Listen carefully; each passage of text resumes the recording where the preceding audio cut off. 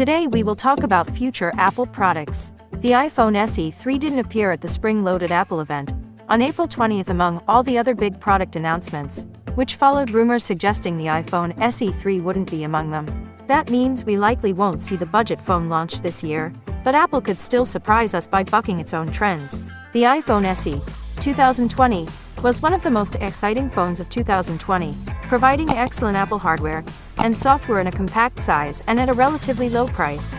So how can Apple top that? Easy. Add some of the features from the flagships to the next mid-range iPhone SE. We were hoping to hear about a new one at the iPhone 13 launch, but that didn't end up happening. The iPhone 13 mini was shown off, which is a compact new iPhone, but it's a lot pricier than an SE iPhone. It wasn't a completely new concept for the company, after all. The iPhone SE 2020 followed the original 2016 iPhone SE, but it was a concept we hadn't seen Apple dabble with for a while. It was also well received, so we think it's likely that we'll see a follow-up that for now we're referring to as the iPhone SE3. iPhone SE3 release date and price. Plus, we've previously seen a couple of leaks and rumors suggesting that there won't be an iPhone SE3 this year, perhaps to give the iPhone 13 mini more time in the spotlight.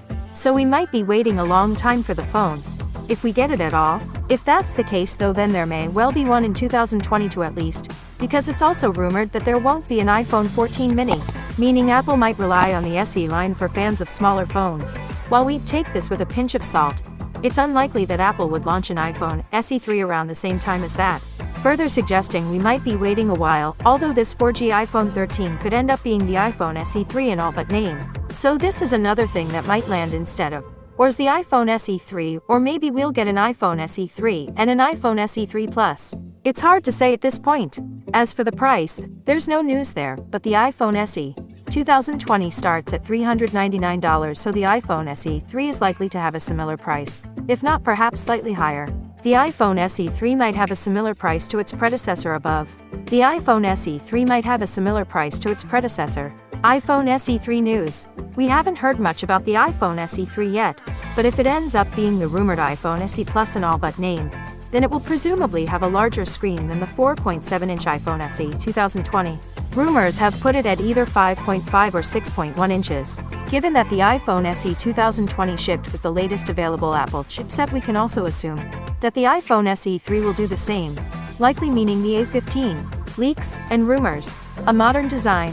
The iPhone SE 2020 has a rather old-fashioned design, and certainly an older design than the rest of the current iPhone range. So we'd like to see things brought up to date for the iPhone SE3. By that we mean get rid of the home button and the big bezels above and below the screen for a more modern look.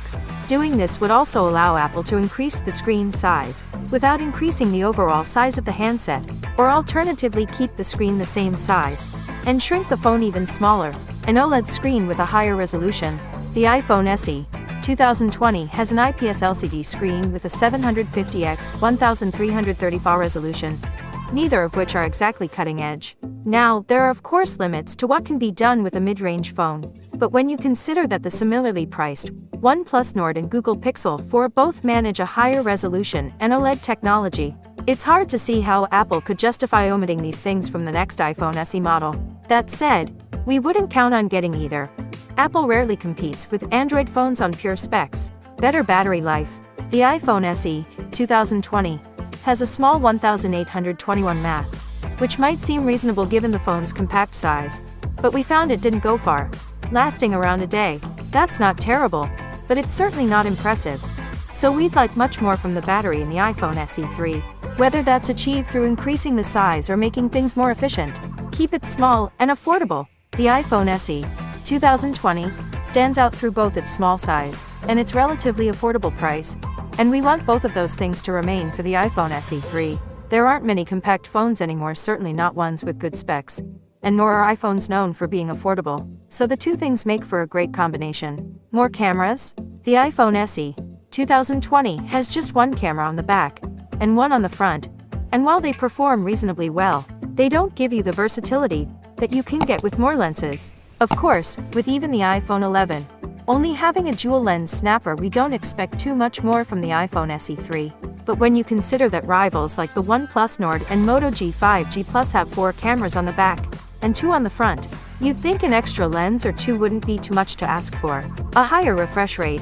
Another feature offered by a number of rivals now is a high refresh rate. The iPhone SE 2020 has a 60Hz refresh rate, which until relatively recently, was what all handsets other than gaming phones offered. But now a number of mainstream models have refresh rates of 90Hz or 120Hz. It's a feature that some of the iPhone 13 range will likely offer. But we're not optimistic that Apple will bring it to the iPhone SE 3, since no current iPhones offer high refresh rates, so Apple is likely to keep the tech as a premium feature for a while. But it would be great if the company did start including this as a standard feature. It could still differentiate by giving its flagships a 120Hz or higher rate, and the iPhone SE 3 a refresh rate of 90Hz. MacBook Pro 2021 with M2 chip. The MacBook Pro M1 may only be 5 months old, but Apple is reportedly already looking to the future with a refreshed range that will be powered by an M2 chip. A new report from Digitimes suggests that Apple has now booked the production for new in-house designed chips that will very likely power the next generation of Macs. These are widely believed to be the M2 chip, being manufactured by Taiwanese firm TSMC. These new M2 chips will be based on a 4nm fabrication process node, which in layman's terms means more transistors packed onto a slice of silicon, and thus more power. The current Apple M1 chip is based on the 5nm process, so moving to 4nm could give next-gen Macs a big boost. Apple's M1 chip broke new ground by providing a lot of performance from a chip that's based on ARM instruction sets normally found in smartphones, not laptops. With the M2, Cupertino could build upon that success and drive MacBooks further away from Intel CPUs. It's likely that the earliest we'll see the M2 chip in Macs will be this fall with the predicted debut of new MacBook Pro and MacBook Air models. We're expecting the iMac 2021 to use a custom take on the M1, rather than a second-generation Apple Silicon chip. This rough launch date is far from certain, however, as the current global chip shortage means that production could be delayed until next year. In that case, we expect that Apple would make use of a more powerful version of the current M1 chip in its 2021 refreshed MacBook range.